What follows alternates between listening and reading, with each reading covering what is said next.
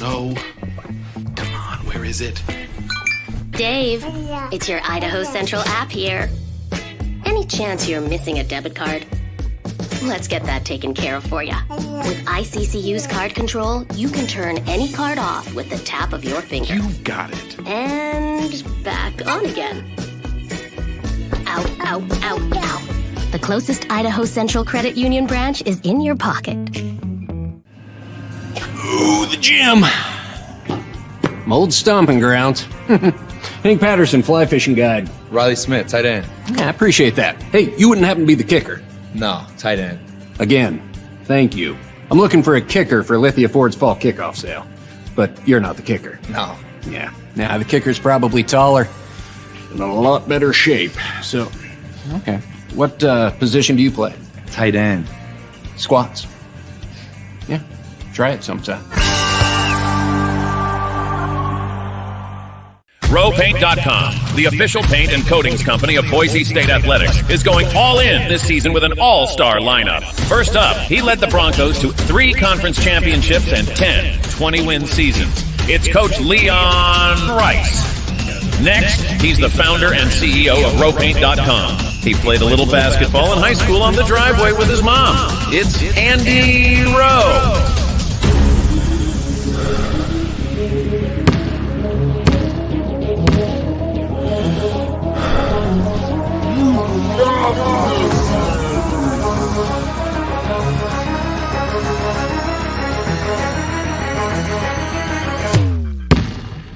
Oh, no.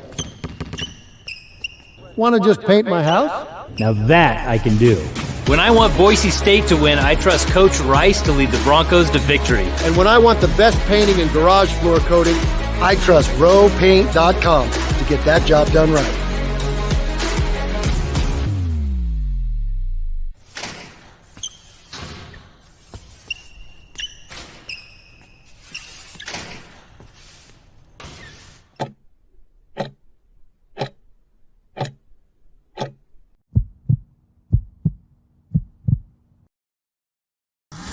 This is Bronco Nation News Live.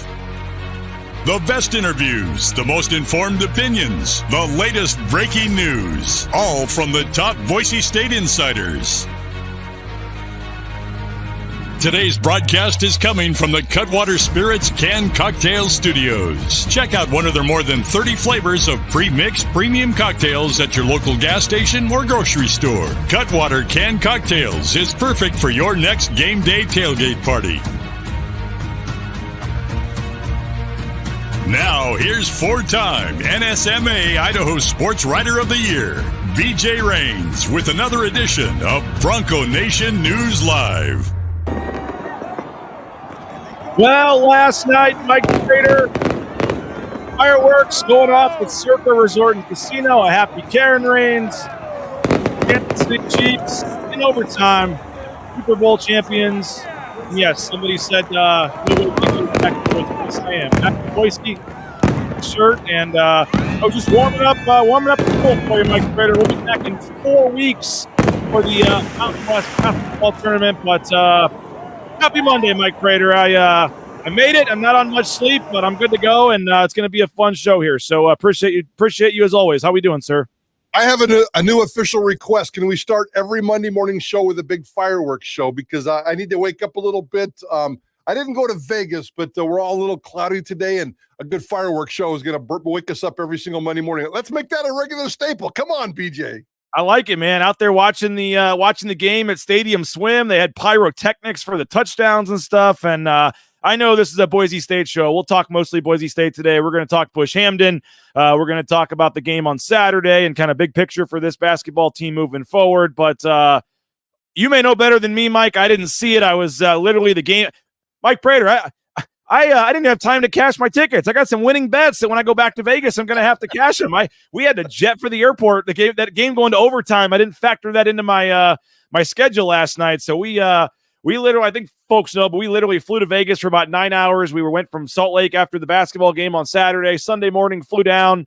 It felt like a Mike Prater special. You just fly in, you have a few drinks, you make a few bets, you watch the Super Bowl, and you fly out. And we we have to. I'm going back with, I guess, the best thing there is. I'm taking a winning ticket back to Vegas in 4 weeks for the conference tournament to cash because we didn't even have time. But when was the last overtime Super Bowl? I should know this. Do you know that, or did they say it? Yeah, there's only been one other in the history of the Super Bowl. It was the 28-3 one. 2017, the Patriots and the Falcons. So 28-3. I think Shanahan may have had something to do with that one as well. So that's right. The only other Super Bowl overtime. I was actually, and this is kind of weird for me to say, but I'm at a party. We had a big day. We had a whole bunch of people. We have food. We have football, and they go to overtime. And the first thing I think of is, oh crap, BJ Raines has got to catch a flight. I'm not sure if he's going to be able to come back. You really thought of that? Man, I did think about the logistics. I did. It was a little bit of a. It was a little bit of a. And over under, by the way, we said $100 for the Uber. That's right. $31. What? $31 with a 4-minute wait. With a 4-minute wait. It was unbelievable.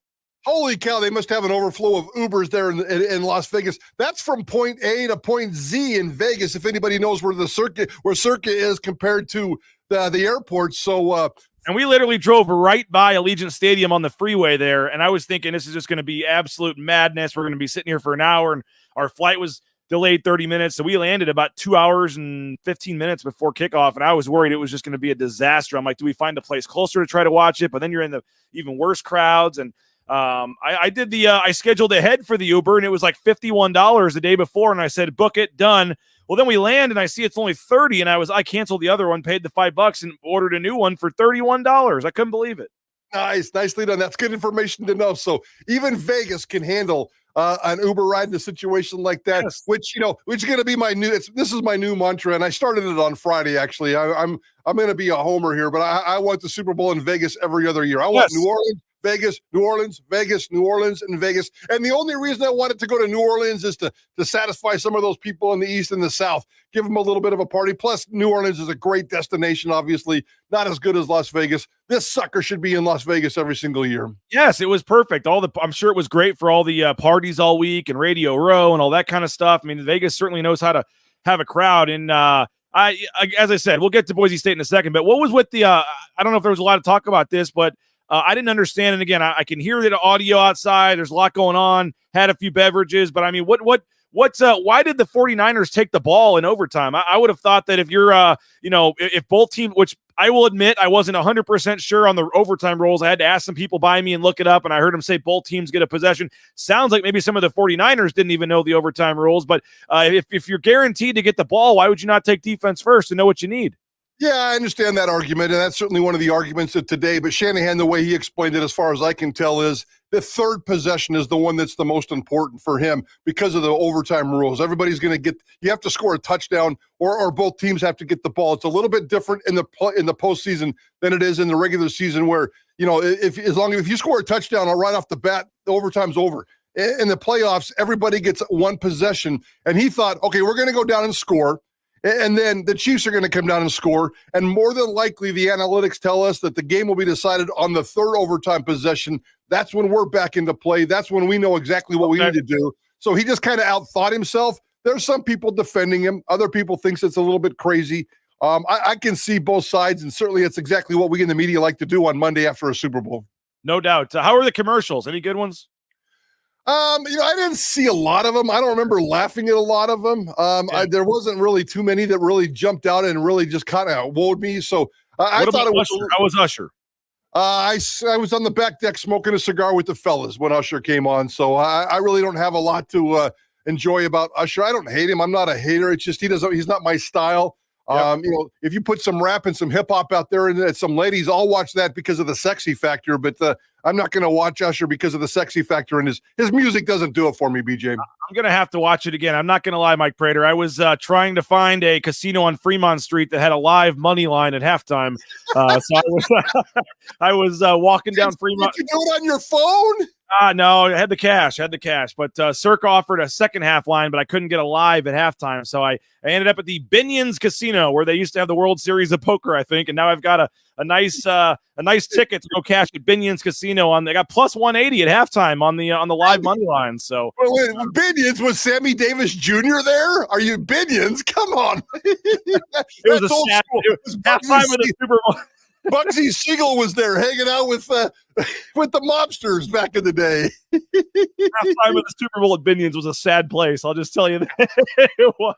I can picture it now.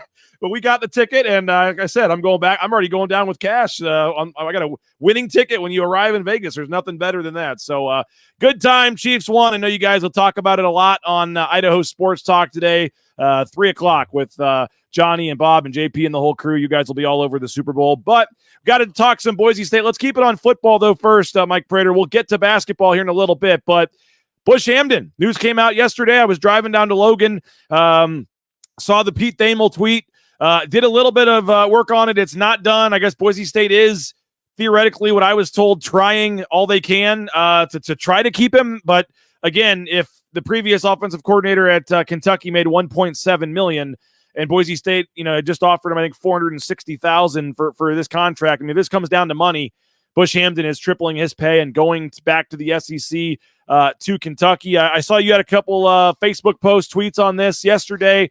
Not official yet, but looks like it's probably going to happen at some point here. Just your thoughts on Bush Hamden going to Kentucky. BJ, this would really upset me. This would fire me up, and I would have to get the old Prater-esque and just get a little emotional and get a little fired up. I love Bush Hamden. We all love Bush Hamden, and I go back to Bush Hamden for 25 years. And when I saw Bush Hamden and he first showed up back in Boise as the offensive coordinator, a summer and a half ago, at his introductory press conference, we actually hugged. And I don't do that with a lot of people.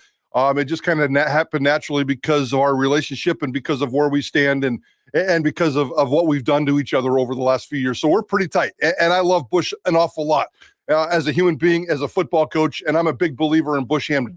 This one actually kind of makes me angry, BJ. The fact that it's even out there in public kind of fires me up a little bit, and I can't wait to get after this on Idaho Sports Talk later this afternoon. But emotionally and physically and spiritually and everything there is, it really, really, really bugs me. I get the money factor, and if I was in that same situation, I'd probably have to have the same conversation, and I certainly get the prestige factor and the SEC factor, but man, this is different. This is different. You spent the entire offseason preaching roster retention. That was the number one job for you in the offseason as you worked with Spencer Danielson to try to save this sinking ship. You just fired your football coach, and here comes Spencer Danielson and Bush Hamden to the rescue, pulling off miracles, and then creating this beautiful roster after the season's over with. And then Bush Hamden wants to bail for Kentucky? Are you kidding me? It would really, really bother me, BJ. I think it would set this team back a little bit emotionally. I think they could find another offensive coordinator. Of all his strengths and weaknesses, just being an X's and O's offensive coordinator might not be at the top of the list. I think he does a lot of other things really well. So I think he could probably be replaceable, but it just really, really bothers me that he's put together this team. He's got a quarterback. He's got a wide receiver. He's recruited all these special people to this Boise State football team. And here we are one day after the Super Bowl debating whether he's going to go to Kentucky. It really bothers me, BJ. Alexandra Lambert says she's 100,000% with you, Prater, for once. So she agrees with you on this, and a lot of people agree with you in the chat, Mike. And yeah, there's multiple layers to this, I guess. First of all, he did have the tweet when Ashton Genty stayed saying something to the effect of loyalty and Bronco for life and all this. He also took less money to come back from Missouri. He was already in the SEC. Took less money to come back. Now this is still going to be a huge pay jump over that. But if it wasn't about the money literally a year ago, now all of a sudden it looks like it might be about the money again. And he talks so much about wanting to live. And I was reading his quotes when he signed the new deal like 6 weeks ago or whatever to stay. He was talking about how much his family loved living in Boise and how they'd moved a lot and didn't want to move anymore and was happy to be back. It's just I don't know, Mike, you're right. This one is interesting. Do you think Mike Prater that he was a little upset he didn't get the head coaching job or didn't get the interim or was that part of this, you think? Certainly part of the thought process for me. And you have to think about that a little bit. And I remember specifically, I asked him right after, Spencer was in the middle of all this firestorm. I can't remember if it was right before Spencer was hired or it was obvious that he was going to be hired, or maybe it was right after he got hired. I asked Bush Hamden in one of those press conferences, do you have head coaching aspirations? Do you want to be a head coach? Are you ready to be a head coach? And he said, I'm more than ready to be a head football coach. I want to be a head football coach. And I think he answered it okay. I don't remember at the time thinking, Okay, that's kind of a squirrely answer. He said the right things, but his body action said something different. I think he understands the pecking order and the seniority, and Bush Hamdan is always going to be a great teammate. He's going to be a fantastic teammate. That dates back all the way to settling for second behind Kellen Moore, and maybe even before then, behind his brother. He's always been a good teammate. And in this particular case, I thought he was always a great teammate and saying, okay, Spencer's been here longer. He's got the tenure on me for 7 years plus 1 year, whatever it is. I know Spencer didn't play here, but Bush played here, so maybe that got into his craw a little bit. Maybe because it was so obvious. Maybe it's because Jeremiah Dickey didn't come to him and say, you want to be part of the head coaching process? Because I'm not sure that happened. I think they all just assumed that it was going to be Spencer Danielson, and they went straight there, and they went out and started building this wall and building this future. So there might be a little bit of that. I think that's a part of it, but I still don't think it's, unless it really bothers him behind the scenes, and I have a hard time believing that, I don't think that's the ultimate case here. I think it's about the money, and that's what the part that really bothers me.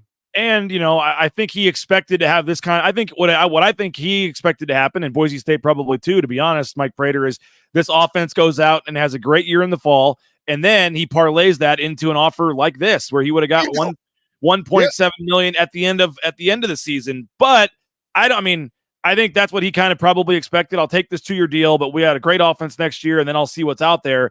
I think the offer just came a year before he thought. I think this is the offer he was expecting to get, $1.7 million, whatever, at the end of the year. But when it came now, it's like, okay, and again, he just talked to us like 3 days before too. And I don't know if you picked up anything during his press conference on signing day, Mike, looking back now. But I didn't notice anything, and I would imagine they would at least have talked to him in 3 days, maybe not by that point. This stuff does happen very fast in this profession. And again, we should point out, this is not, we should just clarify, this is not 100% done. Kentucky has not announced this. Boise State, as I said, I was told that they were trying to do what they can, but again, I don't know what else they can do to sweeten the pot here to make to do this. But and I'm on both sides of it, Mike. It stinks. It's just the way college football is now. I hate to see it. I hate it, but it'd be hard for me to turn down $1.7 million. But again, I don't know the finances. I don't know where I don't know. We're not Bush Hamdan. We're not in his head. We don't know his family situation. We don't know their thought process. I get it. It stinks, and I'm mostly with you on that. But I do look at the money side too, and it's like, man, if I was making A and I could triple it and make generational money, that's certainly hard to turn down. And based on some folks I've talked to, former coaches, people that know Bush is thinking, that kind of thing, probably saying that this was a very tough decision, even given how easy you think it is for some with the money. Like it's about more than that and all the stuff you're talking about. And, but yeah, this business just does, it stinks, man. They had something going. Like, as I said, he just talked to us a couple days ago. He came all the way back, and now, Mike, like he leaves, and now I get it. He was not calling the plays. Eli Drinkwitz was. He did at the end of the year, the last couple of games, but he was the quarterback's coach for the most part there. Eli Drinkwitz was kind of the offensive coordinator. I don't know who had the title, but so in that aspect, he is getting an elevated role, play calling role, full offensive coordinator in the SEC. But he basically left an SEC. And then, 13, 14 months later, he's now in a worse SEC job at Kentucky than Missouri. Just the way that I don't know what his end game was. And I know you talked about in your tweet or post or something, like every year or two, folks that are jumping, it's hard to kind of build your career and work your way up. So I don't know what his end game was. And maybe, Mike, you said him wanting to be a head coach. Maybe, and I don't think anybody would really disagree with this, but an offensive coordinator in the SEC probably gives you a better leg up to be a head coach than an offensive coordinator at Boise State. And maybe that's his goal, parlay this in a year or two to being a head coach somewhere. I don't know, but the path he took, SEC, take less money back to Boise State, and then, you get more money, but you take a worse SEC job. I wonder what the end game was or is. Yeah, I suppose he's trying to get to, chasing money and being a head coach, I guess would be out there. But by his actions, as you pointed out, coming to Missouri, from Missouri to Boise, money wasn't important for him then. SEC status wasn't important for him then. You know what? The money's going to be there. Bush Hamdan's 38 years old. He's going to be coaching in this profession for another 20 years, maybe another 30 years. When he retires, the dude's going to have so much freaking money that it's impossible to spend. And you know what? You're at your alma mater, and you're living in a beautiful city, and you have a resume that looks like a checkerboard square. One here, one there, one here. He's never spent more than 3 years at one spot, and that was just at Missouri most recently. This dude changes jobs almost every single season. And at some point, you have to look at the wife and say, are you kidding me? We can't do this. Yes, if Bush Hampton stays at Boise State, is he passing up $1 million? Sounds like he might be. And yes, most people would say that's ridiculous. But if Bush Hampton does the job that he's supposed to do with the kids that he recruited right now, here in 11 months, he's going to get plenty of job offers, maybe even head coaching offers. So we'll see how it shakes out. I think it's irrational. I think it's chasing and being a lack of patience. Loyalty to your alma mater, especially when you had those quotes right after we signed the contract about his loyalty to the city of Boise. Mostly it's loyalty to that roster. That was my tweet the other day. This roster deserves to have Bush Hampton. Bush Hampton's a good coach, and he's put together this beautiful roster in part because of the relationships. He stood up at the podium and talked about recruiting this kid, this Marshall kid, since he was in the 9th grade, and Malachi Nelson and all this kind of stuff. So it just doesn't make any sense. Maybe he's more butthurt behind the scenes than we thought. But I think Bush Hampton is being irrational. The money's going to come. The jobs are going to come. You've got a job to do in Boise, Idaho, right here and right now. And I think he needs to stay for another 9 months.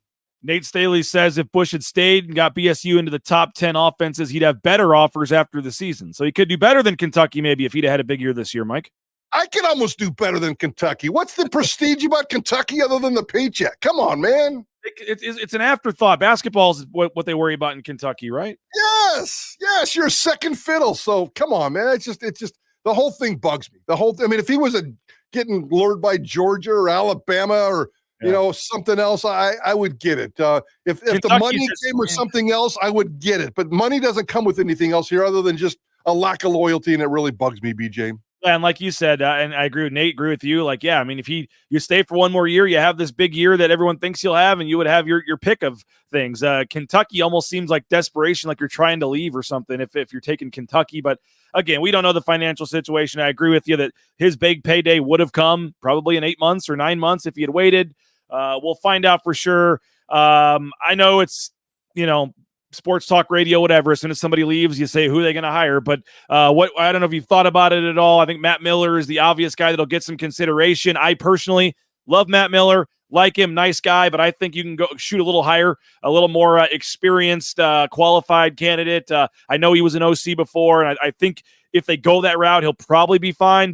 And again, this is nothing against Matt Miller. I like him a lot, but when you can offer almost $500,000 and you can offer an offense that is going to be as good as this offense is going to be, I think they've got some intriguing candidates. And I'll just throw out one name, Mike, and everybody knows he's associated to this show, and I'll just throw it out there.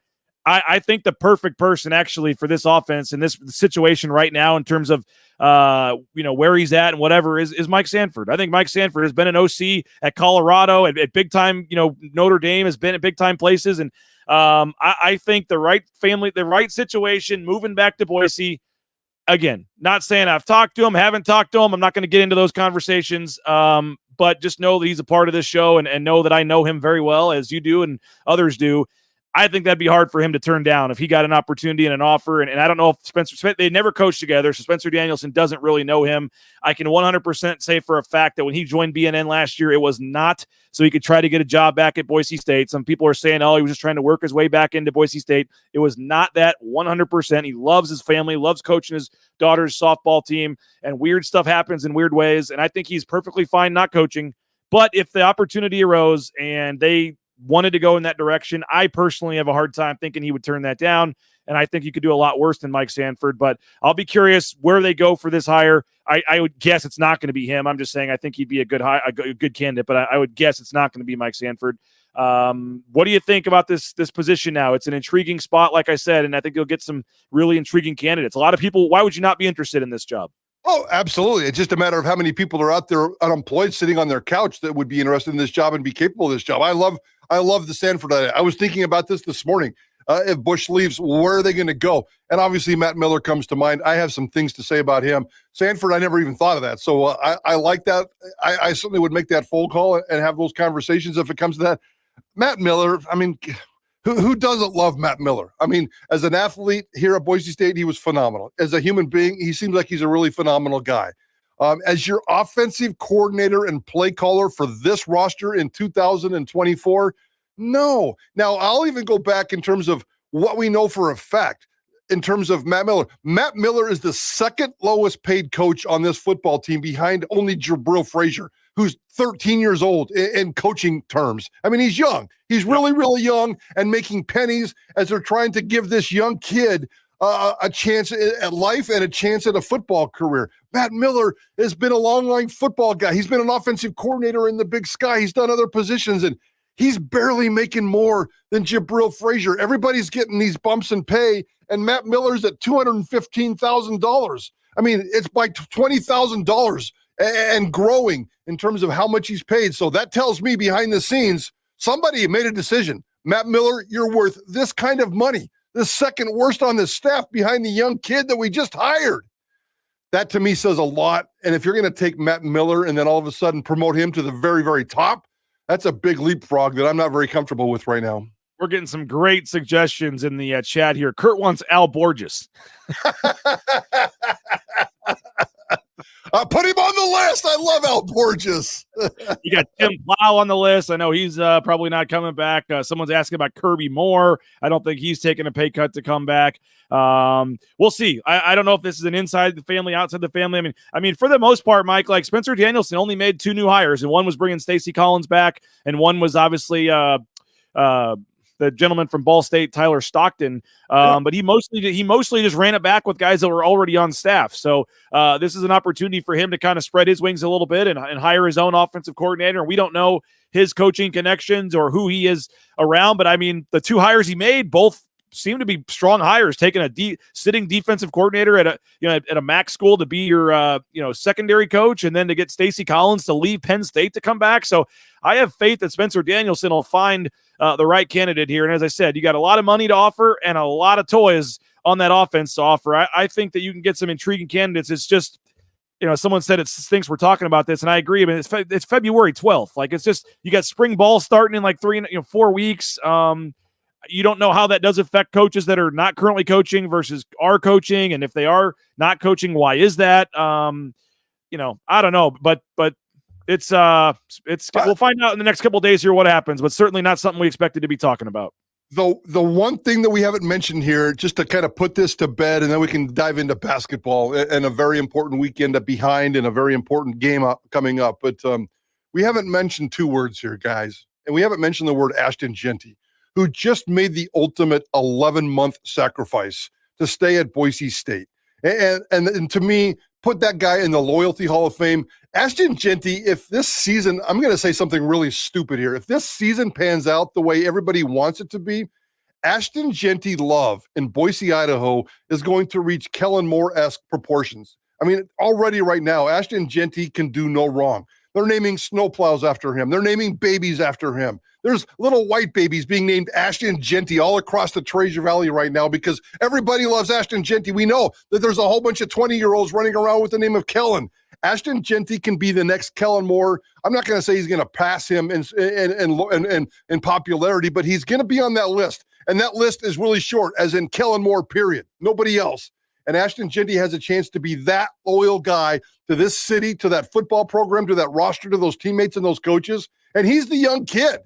He's the young kid who can barely even have a conversation because he's kind of quiet and shy and just grinds behind the scenes. And here comes the adult who's supposed to be in charge, and he can't wait 9 or 10 months for the opportunity of a lifetime? Come on, dude. Go have breakfast with Ashton Jeanty, put this thing to bed, and get your ass back to work at Boise State. And one final thing on this, Mike, some folks in the chat are asking, any concern that whether it be Malachi Nelson or Jeanty or any of these players bolt now when the portal opens again after spring practice? Yeah, I mean, it won't open until after spring ball. I think it's April 1st or something. I don't even know if it's 1st or 15th or somewhere in the first 10, 15 days of April. That transfer portal does open up again. And yes, are you kidding me? I mean, let's see how spring ball plays out. If Malachi Nelson comes in and just clicks and everybody's happy and singing Kumbaya with the new offensive coordinator, I suppose it could be okay, but it certainly opens up the possibility. If you would have asked me last week, is there any chance that Chris Marshall or Malachi Nelson or any of these other kids could end up in the portal after spring ball? No. Why would they? And now we have to talk about this for the next 2 months, and it's ridiculous. Shame on you, Bush. I'm really disappointed in this, and it may or may not affect our relationship, and that's okay, but I'm really disappointed in Bush Hamden this even came to this point. I know a lot of fans feel the same way with you, Mike. You guys will be all over the Bush Hamden situation. 3 o'clock today, Idaho Sports Talk with Prater, Johnny, Bob, JP, and the crew. Let's take a quick 90-second timeout, Mike, and then dive into this basketball team and where they're at right now. 2 straight losses on the road. They get a bye this week, and then they start a little easier stretch in the schedule. Well, the state of Boise State basketball, we'll discuss that next here in 90 seconds. All Bronco Nation news broadcasts come from the Cutwater Spirits Canned Cocktail Studios. Check out one of their more than 30 flavors of premix premium cocktails at your local gas station or grocery store. Cutwater Spirits, perfect for your next game day tailgate party.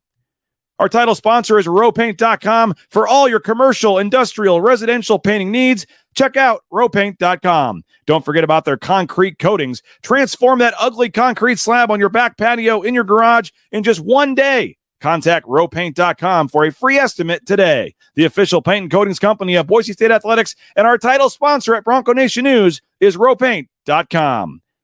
Idaho Central Credit Union's been helping members achieve financial success for more than 80 years. There's an ICCU branch on almost every corner, but the closest is in your pocket with free eBranch mobile and online banking. See why more than 500,000 members love ICCU and join 1 in 4 Idahoans by making the switch today at ICCU.com.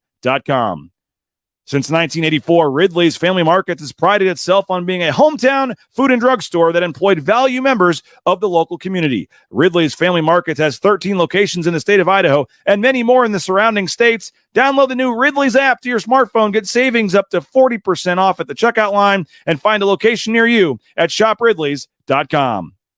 Former Bronco Matt Bauscher is once again the number 1 ranked realtor in the Treasure Valley. No home is too big or too small for Matt and his team. Let them fulfill all your real estate needs at BauscherRealEstate.com. Prater, 4 weeks from tomorrow night, we will be flying down to Las Vegas for the Mountain West Conference Tournament.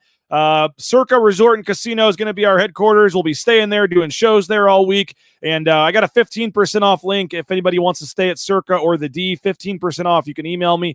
Also, we're now over 80 RSVPs for our pool party. We are taking over Stadium Swim outside Circa Resort and Casino. It's an unbelievable spot. As I said, I was there watching the Super Bowl last night, and it is unbelievable for sports viewing. And they're going to have all the conference tournament games on all day. We'll be out there from 10 to 5 Pacific time. Prater and Johnny are doing their show. We'll be doing our show out there. You know how Johnny's mind is going, Mike Prater. He's been texting me numerous times about ideas for segments and things, and he wants a 7-hour live stream on BNN of the pool, and he wants all kinds of stuff. So we got some ideas, but going to be a fun day. Looking forward to it. RSVP, Rains at BroncoNationNews.com will give you free entry. It's like a $40 cover charge on Friday of conference tournament weekend. Not if you email me. It's free. Rains at BroncoNationNews.com. Mike, I believe you told me on this one that you will you might still charge for autographs, but pictures are going to be free on this day, right? You'll at least go for the pictures if somebody comes up to you. You know, it should be the other way around. With my face, we should charge for the picture, and then I'll give the autograph away for free. That's a lot less painful. The autograph is the easy part. The picture is the painful part. But yeah, we'll figure something out. I do promise you this, and this is good. I will not be taking off my shirt and jumping into the pool. Johnny might push me into the pool, and I'll have to get my fat ass with all the clothes on getting out of the pool, but I will not be taking off my shirt and jumping into the pool. I just got about 6 cancellations of their RSVP now that they heard that, but it's going to be a lot of fun. 4 weeks from tomorrow, we're heading down. And again, email me, Rains at BroncoNationNews.com if you want to get in. And Mike, it's going to be quite the tournament. And I led in with that graphic and that promo to this discussion because there are now 7 teams within 1 game of first place. Utah State is alone by 1 game, and then you have like literally 6 teams tied with 4 losses in the loss column. And you had UNLV going to the pit and winning, and now New Mexico has another loss.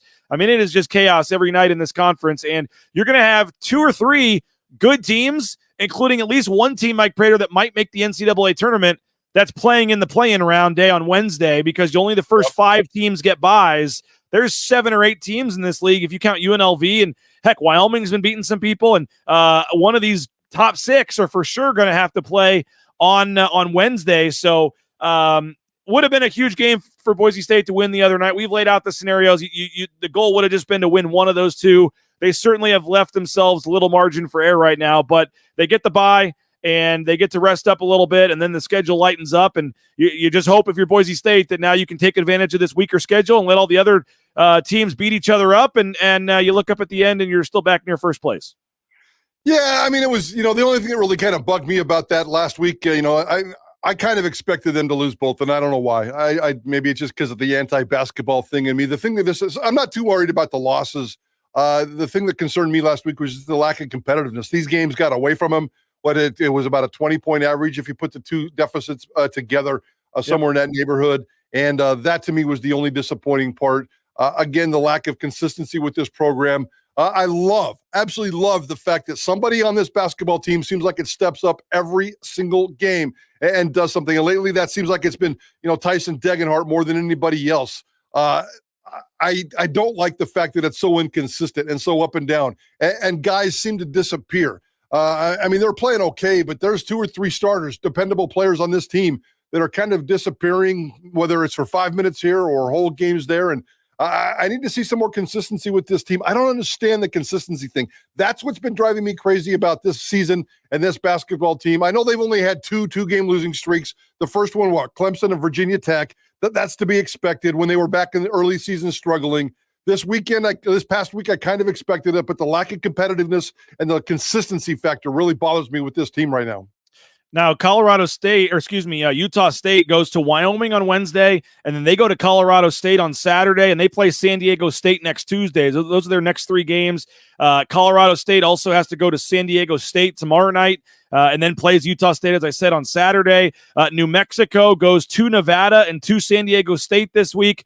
This week alone, Mike Prater, all the other teams are kind of beating each other up, and Boise State doesn't even play. And then Boise State's next 2 games are home games against San Jose and Fresno.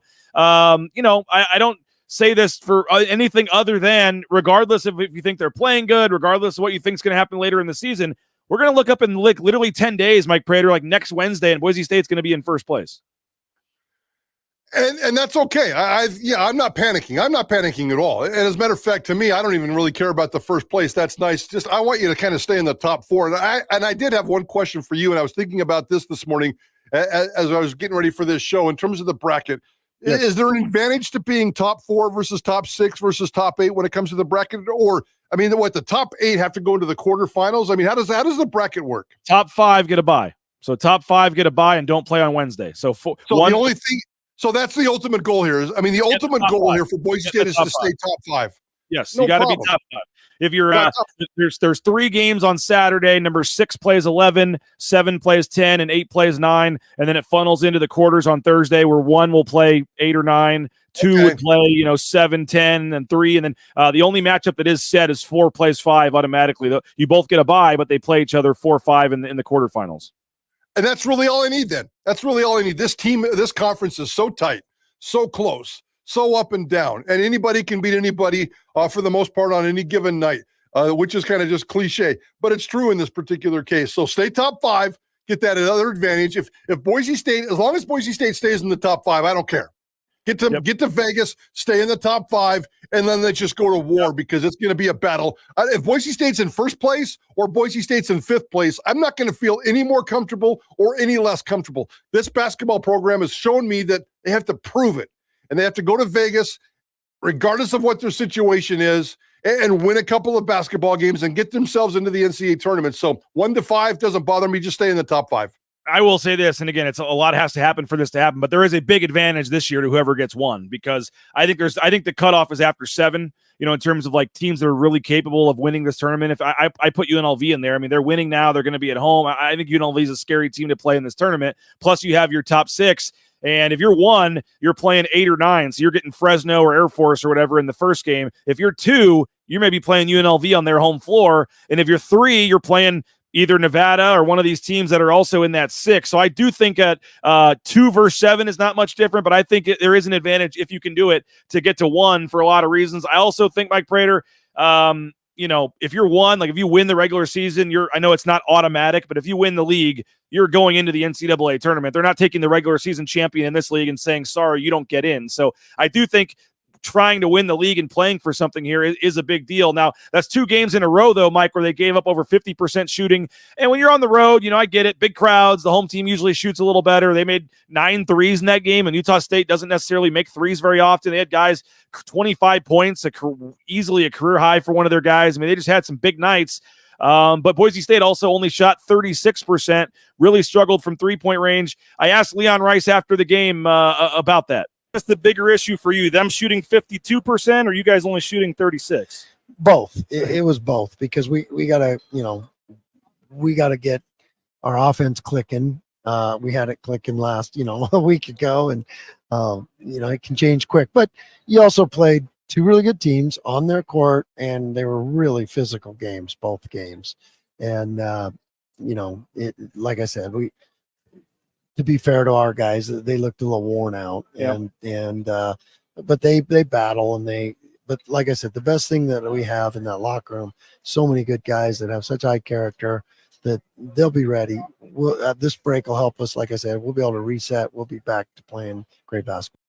And I know for the Leon Rice detractors, guys that look for stuff to criticize, it comes off as an excuse. And I get it, Mike Prater, but they did play 11 straight games without the bye, either 2 or 3 days of no more than 3 days of rest. 11 straight games, the longest stretch of any team in the conference. The 3 of the last 4 were on the road at altitude, at New Mexico, at Colorado State, at Utah State. So not making an excuse for that, but I guess I spin that forward here that they're taking 3 days off. They're not practicing again until Wednesday. 3 days, get away, nothing for 3 days. And they haven't had that since Christmas. I mean, they are resetting, taking a breather. And then, as I said, they get back to work and the schedule gets a lot easier here. So I know it sounds like an excuse. Maybe it is, but they just didn't have much left in the tank this week. They needed the break, and hopefully they can regroup and start racking off some wins here down the stretch. Yeah, there's no doubt they look tired, and I get it all. But they're a 500 team over these last 8 games, and half those games have been at home. They've lost 3 of the last 5 and 4 of their last 8. And I know what you're saying about the advantage of being first place, but at this point, I don't think that that's going to be a realistic thing, especially now that Utah State would own the tiebreaker. You essentially have to be a whole game or a half a game better than Utah State. Back of them. Yep. Yeah, so that's going to be really, really difficult. They play 7 games at home. They'd have to go 6-1 over these last 7 games. They're not all at home, but they finish off the regular season with 7 games, and the schedule does get much easier. There's no doubt about that. But they've also proven that they can't always win games at home. They've lost a couple of games at home. So 7 games left.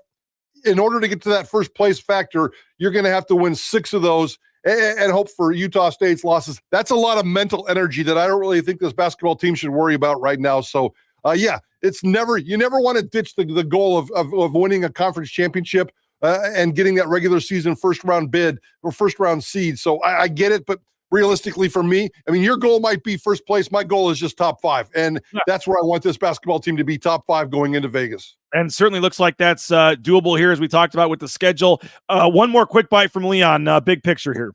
You can't overreact because of how many losses everybody's going to get. And this is a top 20 team right now. Yep. And, they played like it tonight. I know that. And, it's just a matter of regrouping. And, you've seen it all over the league where team will lose a couple and then they bounce back. Team will lose a couple, they bounce back. And you just got to get back to, you got a month left after this bye to playing your best basketball. And if you do that, let the fur fly, and we're a good enough team to be right there in the hunt. So. And I guess final thing, Coach, we saw, UNLV go into the pit and win tonight.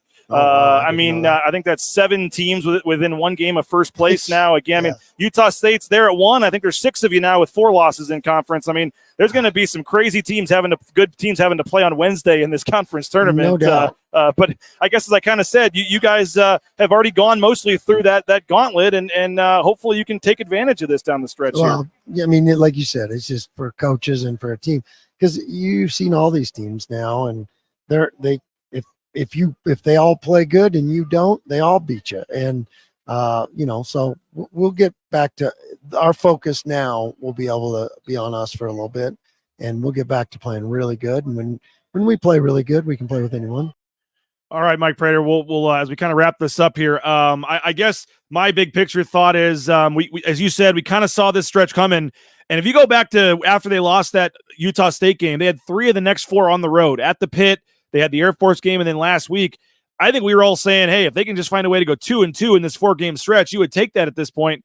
Well, they did, and it came maybe not the way we thought. They won at the Pit, and then lost both this week. But they played 7 quad 1 games out of 10. That they just finished this stretch of 7 out of 10 quad 1 games. They went 4-3 in that stretch. They really did. I know they lost, as you said, 500, but I think they kind of did enough to stay above water and hold serve a little bit. And I know that the overall 8 losses isn't great, but you mentioned going 6-1. Like, I really think that's doable. Like, you got San Jose and Fresno at home. At Wyoming is going to be a little tricky, but you should, if you want to get to the NCAA tournament and do what you want to do, you should be able to win at Wyoming. And then you're at Air Force. I mean, the next 4 games should be wins, and you have the bye in there too. So I mean, I don't see this team losing a game for like 3 weeks, Mike. And as I said, all these other teams are going to beat each other up, and their schedules are way harder. And then you come back after that stretch, and you do have to play Nevada and New Mexico, but they're both at home, and you already beat both those teams. So I don't think it's crazy to think you can win that. And then obviously you have to go to San Diego State to finish the season. But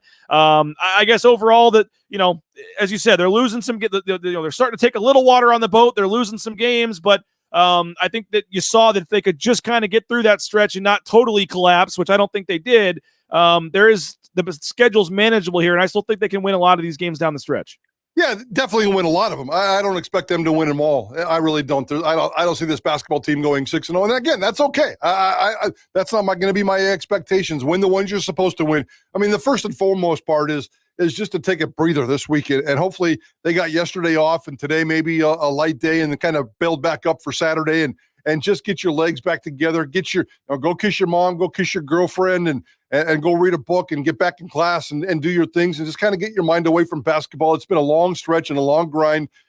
I know the schedule. It's been intense. It's been tough. The quad 1 opponents, all that kind of stuff is out there. So just, you almost have to, well, they do 1 game at a time, kind of stupid cliche, but this week rest, get that Fresno State thing taken care of. You can come back next Tuesday and deal with San Jose State, and then just take a collective deep breath.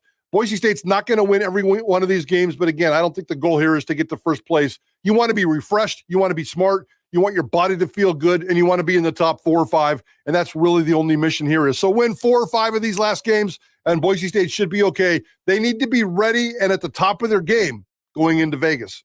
I assume today on Idaho Sports Talk, Mike, it'll be a lot of what we talked about, Super Bowl and Bush Hamden and basketball. What do we got coming up 3 to 6 today? Yeah, we're going to talk a lot about Bush. We're going to obviously rehash the Super Bowl.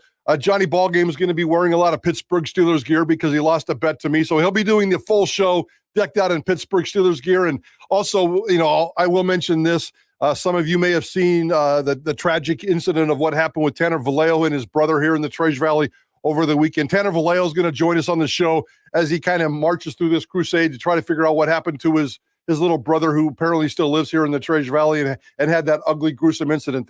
The agent, Ron Slavin, the NFL agent, reached out yesterday during the Super Bowl and wanted a little Bronco Nation love. So we're going to give Tanner Vallejo a little Bronco Nation love today at 4:15. But it's all about Bush Hamden, and it's all about the Super Bowl. Yeah, I will read his tweet real quick. He said, looking for help. My little brother was severely assaulted in Kuna, Idaho at a bonfire 2 nights ago. He is hospitalized, staples in his head, multiple broken facial bones. He is a brain cancer survivor and is lucky to be alive. And my understanding is they're trying to find out who did it. He got severely assaulted is the phrase he used, and they don't know who it was, and they're trying to find that out. So any information on that from the incident that happened in Kuna, Tanner Vallejo would love to know, and local authorities probably would like to know. And so That's good. That's good. 4:15, be listening to Tanner, and hopefully, prayers that everything goes okay with his brother and that they can find out who did this. So appreciate you as always, Mike, for joining us, and we'll be listening 3 to 6 today. Thanks to JP as well for helping us out 4 weeks from tomorrow. Looking forward to getting down to Vegas for the conference tournament, but a lot of games, a lot of discussions to happen before then to see how this thing shakes out. And we'll be listening 3 o'clock today to you guys on Idaho Sports Talk. So thanks everybody for checking us out. Enjoy the rest of your Monday. Jay Tuss and I will be back at 9 a.m. tomorrow. We'll hopefully get some more clarity or information on Bush Hamden today or near future. We'll get that out there and let you know on that. And have a great rest of your day. Again, Super Bowl champs, the Chiefs. We'll talk to you later. Bronco Nation News, Bronco Nation News.